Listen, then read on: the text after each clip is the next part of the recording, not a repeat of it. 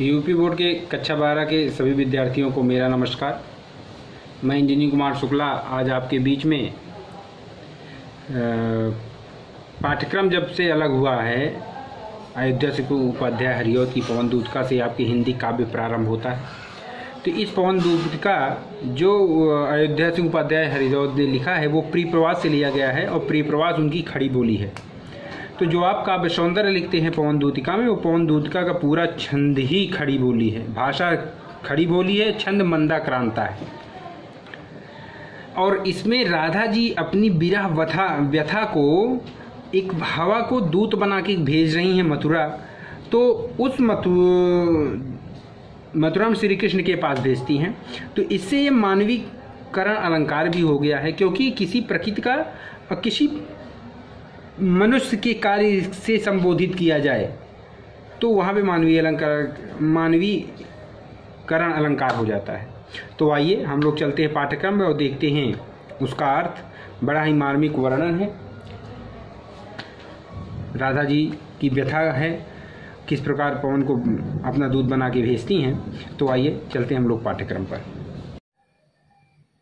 प्यारे बच्चों, पवन दूतिका जिसका अर्थ ही होता है पवन को दूध बनाना।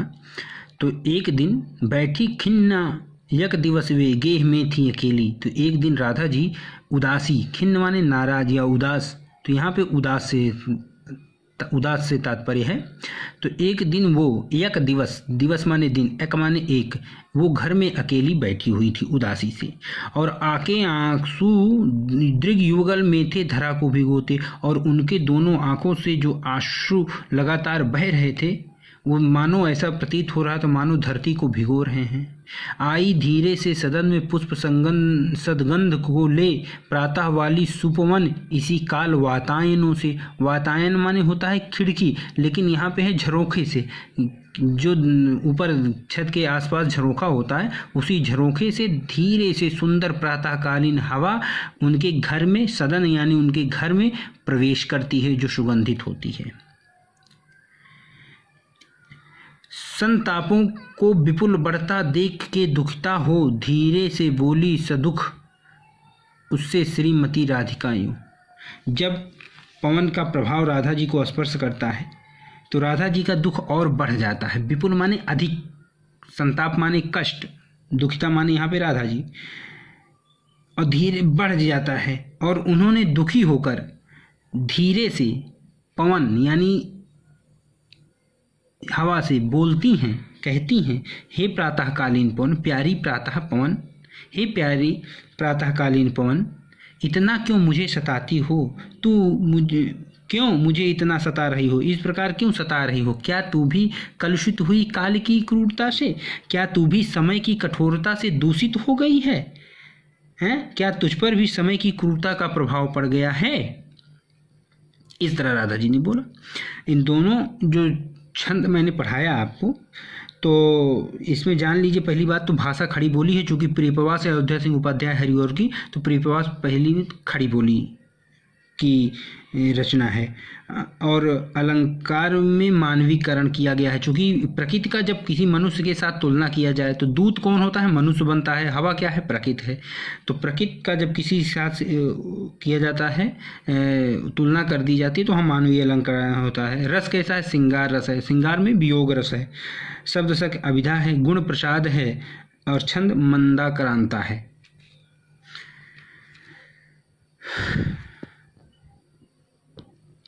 अब राधा जी फिर, मेरे प्यारे नौ जलद से कंज से नेत्र वाले, जाके आए न मधुबन से और न भेजा संदेशा, मैं रो रो के प्रिय विरह में बावली हो रही हूँ, जाके मेरे सभी दुख कथा श्याम को तू सुना दे। अब राधा पवन से कहती हैं, हे मेरे नवीन, नवल माने नौ, नौ माने नया, नवीन, जलद यानी बादल जैसी शोभा वाले, और कमल के समान नेत्रों वाले मेरे प्रिय श्री कृष्ण,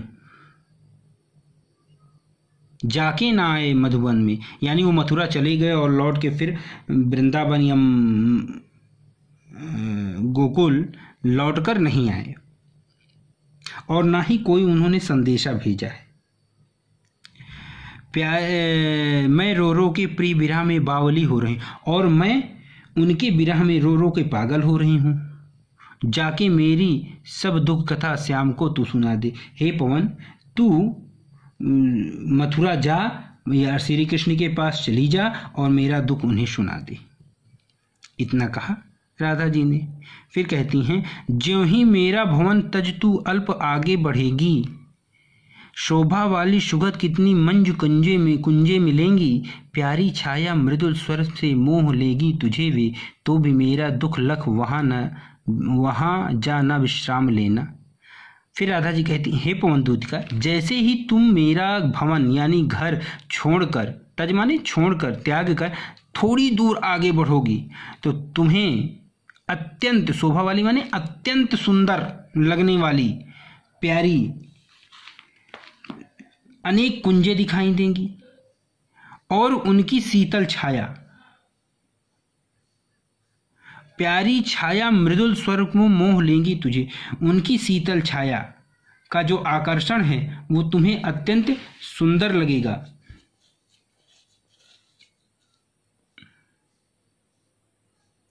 तो भी मेरा दुख लख वहां न रुक जाना।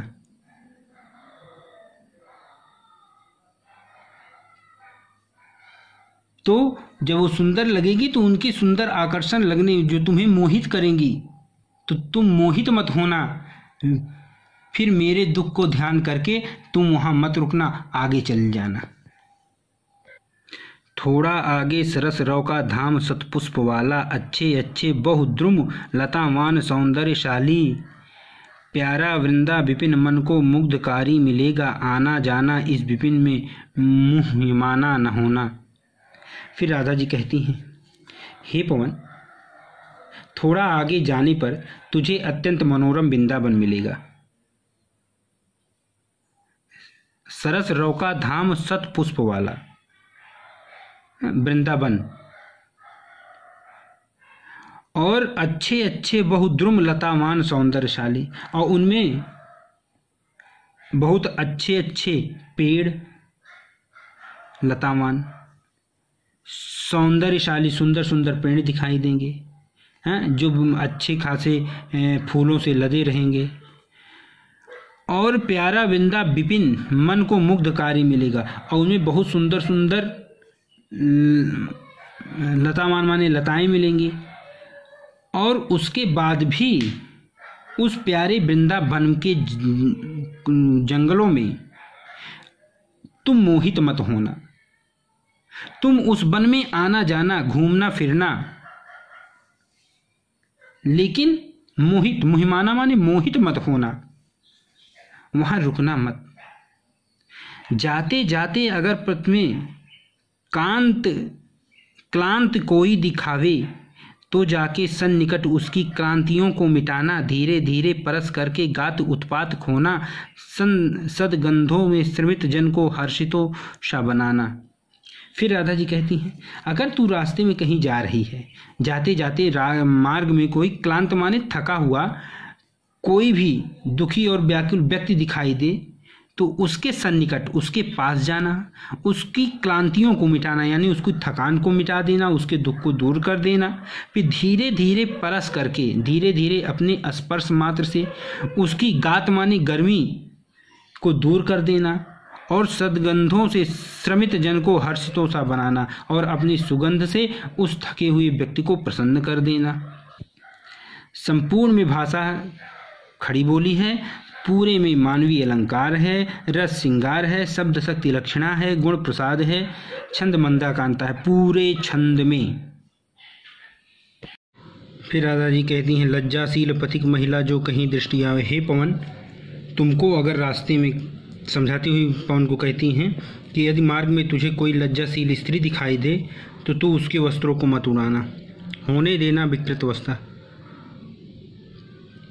तो ना तू सुंदरी को उसके वस्त्रों को मत उड़ाना।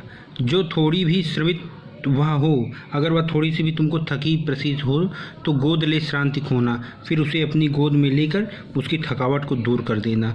होठों की और कमल मुख की म्लानताएं मिटाना, उसके होठों की और कमल के समान मुख की उसकी मलिनता यानी थकावट को अपनी शीतलता से दूर कर देना। कोई क्लांता कृषक ललना खेत में जो दिखावे, अगर कोई थकी हुई, क्लांता माने थकी हुई, कृषक माने किसान की, ललना माने स्त्री, किसान की स्त्री दिखाई दे तो धीरे धीरे उसको परस माने स्पर्श करना, छूना और उसकी क्लांतियों को मिटाना, अर्थात उसकी थकावट को मिटा देना। जाता कोई जलद यद हो बेम में तो उसे ला, अगर कोई आकाश में तुम्हें बादल का टुकड़ा दिखाई देता हो तो उसके ऊपर धीरे से लाकर छाया कर देना, और छाया द्वारा सुखित करना तप्त भूतांगना को, और उसे जब छाया देना तो उस स्त्री को की गर्मी को, तप्त माने उष्णता को, गर्मी को तुम शीतलता में बदल देना, प्रदान कर देना। फिर कहती हैं जाते जाते पहुँच मथुरा धाम में उत्सुक हो, अगर तुम रास्ते में जा रही हो और मथुरा धाम पहुँच जाओ और वहाँ की सुंदरता को देखना हो, उसके लिए उत्सुक हो यानी व्याकुल हो, तो न्यारी शोभा वरनगर की देखना, मुग्ध होना, फिर उस नगर की सुंदरता को तुम देखना, बाग बगीचे उपवन आदि सब देख लेना, उस पर मुग्ध भी हो जाना। तू होवेगी चकित लख के मेरु से मंदिरों को, फिर तू उस नगरी की जो भव्यता है, सुंदरता है, स्वयं उसको देख के उत्सुक बना देगी। तब तुम अपनी नगरी देखने की उत्सुकता दबाना मत, उसे बढ़िया से देख लेना।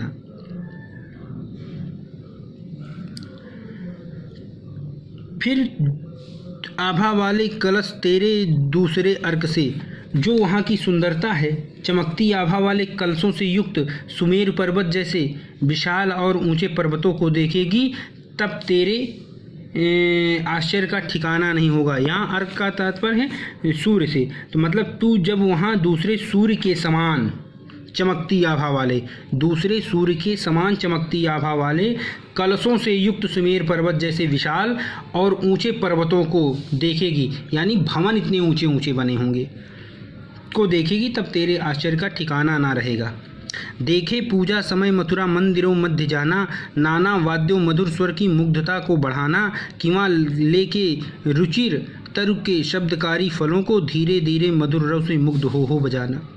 फिर कहती हैं कि हे दूत का, तुम मथुरा में थोड़ा सा ठहरना और वहाँ के पूजा के समय वहाँ के मंदिरों में जाना, वहाँ बजने वाले वाद्य यंत्रों को बजाना, अपनी मधुरता से प्रदान करना, उसमें और वृद्धि कर देना। अथवा किंवा माने अथवा तू वहाँ के मंदिर परिसर में जो पेड़ लगे होंगे, उन पेड़ों से अपनी पसंद के पेड़, किंवा ले रुचिर तरु यानी अपनी पसंद के पेड़ से ले लेना, पेड़ को चयन कर लेना और उसके फल फूल पत्ती अथवा तने से शब्द रूपी फल को ग्रहण कर लेना और धीरे धीरे उसे अपनी मधुर में बनाना, अर्थात मुग्ध होकर अपना राग अवश्य बजाना। फिर कहती हैं तू देखेगी जलद तन को जा वही तदगता होंगे लोने नयन से उसकी ज्योति उत्कीर्णकारी। फिर आता हे पवन दूत का, तू मथुरा में जो पहुंच जाएगी, पहुंचकर मेघ वर्ण वाले, तू देखेगी जलद तन मेघ वर्ण वाले तदगता,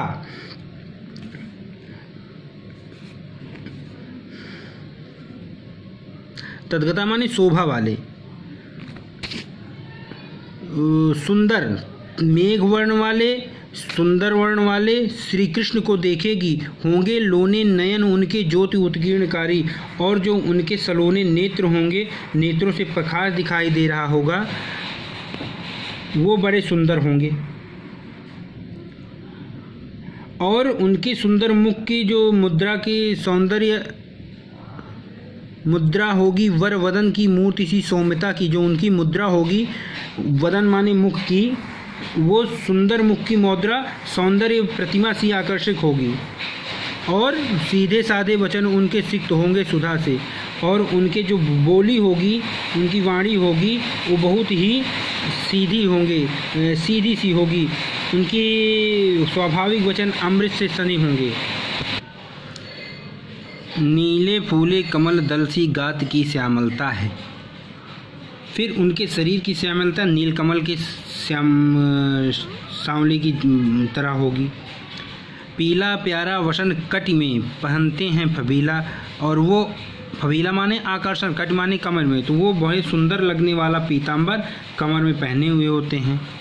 छोटी काली अकल, अकल माने उनकी होती बालों की लट, तो उनके बिखरे हुए काले बालों की लट उनके मुख की कांति को है बढ़ाती है, उनके मुख की सुंदरता को बढ़ा रही है। और सद वस्त्रों से नवल तन की फूटती से बढ़ती, और उनके वो सुंदर वस्त्रों के बीच में उनके सुंदर शरीर की शोभा भी विकसित हो रही है। सांचे ढाला सकल बपु है दिव्य सौंदर्यशाली।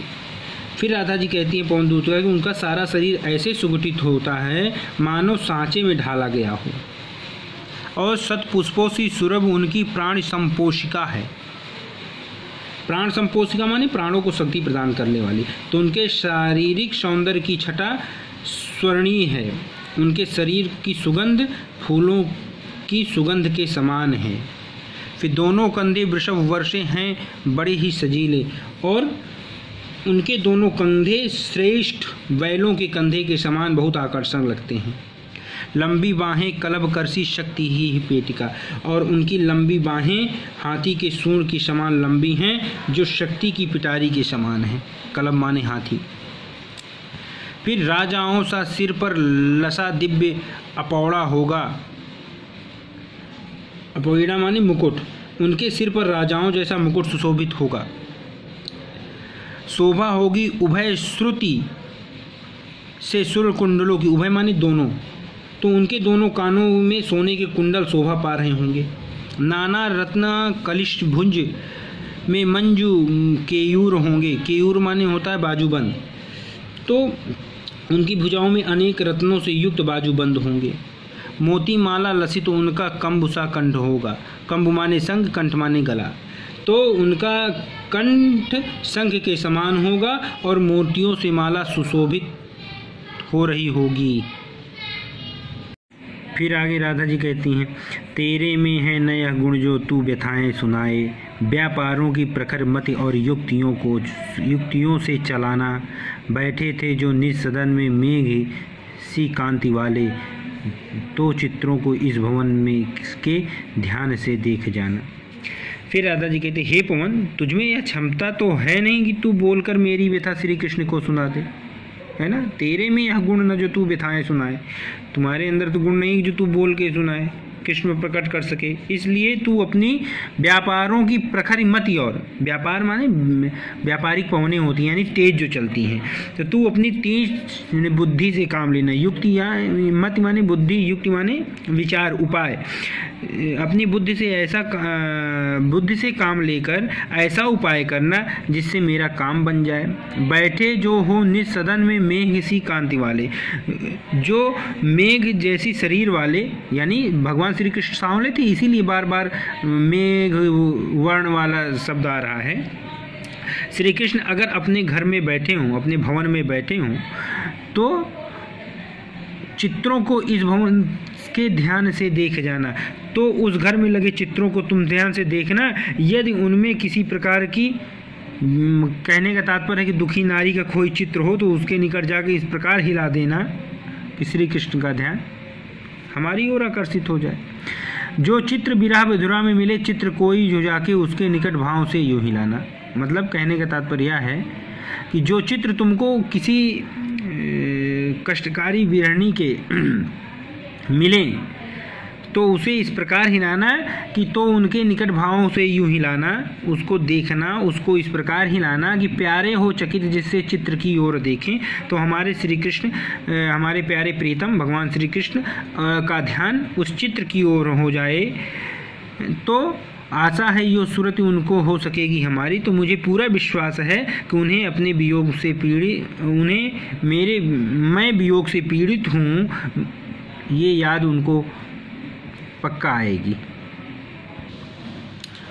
फिर राधा जी कहती हैं कि जो कोई भी इस सदन में चित्र उद्यान का हो, अगर उस भवन में कोई बगीचे का चित्र हो और प्राणी विपुल उसमें घूमते बावले से, और उस चित्र में बहुत सारे, विपुल माने अत्यधिक, अत्यधिक मनुष्य, प्राणी माने जीव उसमें घूमते टहरते, बावले माने दीवाने से, पगलाने से, पगले से घूमते हों, तो जाके सन्निकट उसके और हिला के उसे भी, फिर उसके भी पास जाना और उसे भी हिला देना। देवात्मा को सुरति ब्रज की व्याकुलों से कराना, फिर वो देवात्मा यानी जो भगवान श्री कृष्ण हैं उनको ब्रज की सुरति यानी ब्रज की याद दिलाना कि वहाँ भी लोग बहुत व्याकुल से हैं।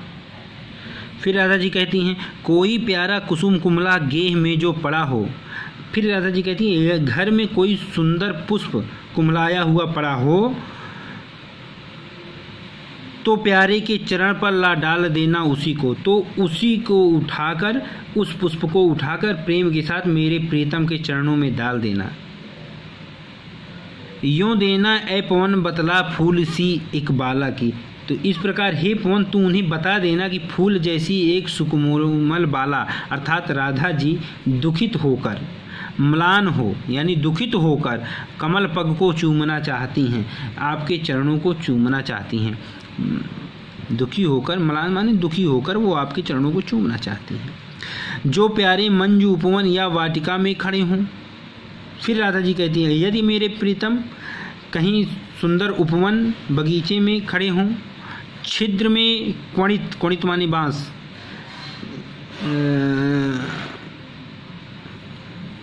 नहीं, क्वणित माने बजाना, कीचकों माने बांस होता है। छिद्रों में जा क्वणित करना बेणुसा कीचकों को। फिर तुम बांसों के छेदों में जाकर बांसुरी सा बजाना। इस प्रकार यो होवेगी सूरत उनको सर्व गोपांगना की। इस प्रकार उनको सभी गोपियों को की याद आ जाएगी। सूरत मानी स्मरण हो आएगा सभी गोपियों की। जो है बंसी श्रवण रुचि से दीर्घ उत्कंठ होती। जो प्रिय की बांसुरी सुनने के लिए की इच्छा से सभी गोपियां व्याकुल हो जाया करती हैं, इस प्रकार तुम ऐसा बांस को बजा देना। फिर कह रही हैं राधा जी, लाके फूल कमल दल के श्याम के सामने हैं। फिर मेरे प्रिय के सामने एक खिले हुए कमल पत्र को लाकर व्याकुलता के साथ थोड़ा थोड़ा विपुल जल में व्यग्र हो डुबाना। व्याकुलता के साथ थोड़ा थोड़ा जल में डुबाना। यों देना ए भगिनी जतला एक अम्भोज नेत्रा। हे बहिन, इस प्रकार उन्हें बतला देना कि कमल नेत्रों वाली राधा आपके वियोग में दुखी होकर आँखों को यूँ विरह विधुरा वारी में बोरती हैं। दुखी होकर अपनी आँखों को आंसुओं में डुबोकर रखती हैं। इतने छंदों में बड़ा मार्मिक वर्णन अयोध्या से उपाध्याय हरियों जी ने अपने प्रियप्रवास में राधा जी के संदर्भ में बताया है। वियोग रस का इससे बढ़िया उदाहरण मिल ही नहीं सकता। फिर आगे राधा जी कहती हैं, धीरे लाना वहन करके नीप का पुष्प कोई। हे पवन, तू धीरे से कदम्ब का कोई पुष्प, नीप माने कदम, कदम्ब का कोई फूल उठाकर लाना और प्यारे के चपल दृग के सामने डाल देना और मेरे प्राण प्रिय भगवान श्री कृष्ण के चंचल नेत्रों के सामने डाल देना। ऐसा देना प्रकट दिखला नित्य आशंकिता हो। तुम इस प्रकार उन्हें यह बात भली भांति समझा देना कि मैं किस प्रकार से उनके विरह में पागल होकर, आशंकिता माने डरी सी हुई रहती हूँ। कैसी होती विरह बस में मैं नित्य रोमांचिता हूँ और नित्य प्रतिदिन मैं उनसे मिलने की कल्पना से कैसे बार बार रोमांचित हो उठती हूँ। फिर राधा जी कहती हैं, बैठे नीचे जिस बिटप के श्याम होमे उसी का। फिर राधा जी के मेरे प्राण प्रिय अगर श्री कृष्ण जी किसी वृक्ष के नीचे बैठे हों तो कोई पत्ता निकट उनके नेत्र के ले हिलाना, फिर उसी वृक्ष का कोई पत्ता तोड़कर उनके नेत्रों के पास लाकर हिलाना। यों प्यारे को व्यतीत कराना, चातुरी से दिखाना। इस प्रकार तू अपनी क्रिया चातुरी से मेरे प्रीतम को यह ज्ञात करा सकती है। मेरी चिंता विजित चित्त का क्लांत हो काँप जाना। कि किस प्रकार से चिंता ने मेरे हृदय को जीतकर उसको थका दिया है। अर्थात कहने का तात्पर्य चिंता ने मेरे हृदय का सहारा, संबल माने सहारा मुझसे छीन लिया है, जिसके कारण, जिसके अभाव में, जिसकी कमी में मेरा हृदय पत्ते की भांति कांप जाता है। राधा जी कहती हैं, सूख जाती मनन लतिका जो धरा में पड़ी हो। राधा जी कहती हैं, हे पवन, यदि तुम्हें धरती पर कोई सूखी लता मिल जाए तो पाँवों के निकट उसको श्याम ले ला गिराना, फिर तुम उसे श्री कृष्ण के पाँव के पास लाकर गिरा देना। यो सीधे से प्रकट कराना प्रीति से वंचिता हो, और गिरा देना और स्पष्ट रूप से उन्हें बता देना कि प्रेम के बिना राधा किस प्रकार नित्य सूखती जा रही हैं। मेरा होना अति मलिन और सूखते नित्य जाना, मतलब सूखती जा रही हैं, मलिन होती जा रही हैं। कोई पत्ता नवल तरु का पीत हो रहा हो। फिर राधा जी कहती हैं कि हे, अगर कोई नए वृक्ष का कोई पत्ता पीला पड़ गया हो तो प्यारे के दीर्घ युगल के सामने ला उसे ही, फिर हमारे प्रीतम के दोनों नेत्रों के सामने लाकर धीरे धीरे संभाल रखना और उन्हें यूं बताना, धीरे धीरे रख देना और उन्हें बताना कि किस प्रकार मैं पीला होना प्रबल दुख से पोषिता शाह हमारा। फिर पोषिता माने वह स्त्री जिसका पति बाहर गया हो, विदेश गया हो, है ना, तो बताना कि किस प्रकार वह पोषिता पति का स्त्री के समान पीली पड़ती जा रही हैं। यों प्यारे को विदित करके सर्व मेरी व्यथाएं। फिर राधिका जी कहती हैं, हे पवन, जैसे मैंने बताया तुम वैसे ही मेरी समस्त व्यथाएं धीरे धीरे वहन करके पाँव की धूल लाना। व्यथाएं मेरे श्री कृष्ण के सम्मुख व्यक्त करना। जब तू वापस आए थोड़ी सी चरण रज को ला न देगी हमें, तू वापस आए तो एक कार्य करना कि तू धीरे से उनके पाँवों की धूल को उठाकर ले आना। हाँ, कैसे व्यथित चित्त को बोध मैं दे सकूंगी। ले आना, यदि तुम उनके थोड़ी सी चरण धूल ला देगी तो मैं अपने माथे पर चढ़ाकर दुखी मन को समझाकर उसे धैर्य से बांध लूंगी। पूरी होवे ना यदि तुमसे अन्य बातें हमारी। फिर राधा जी कहते, हे पवन, यदि तुमसे मेरी अनेक बातें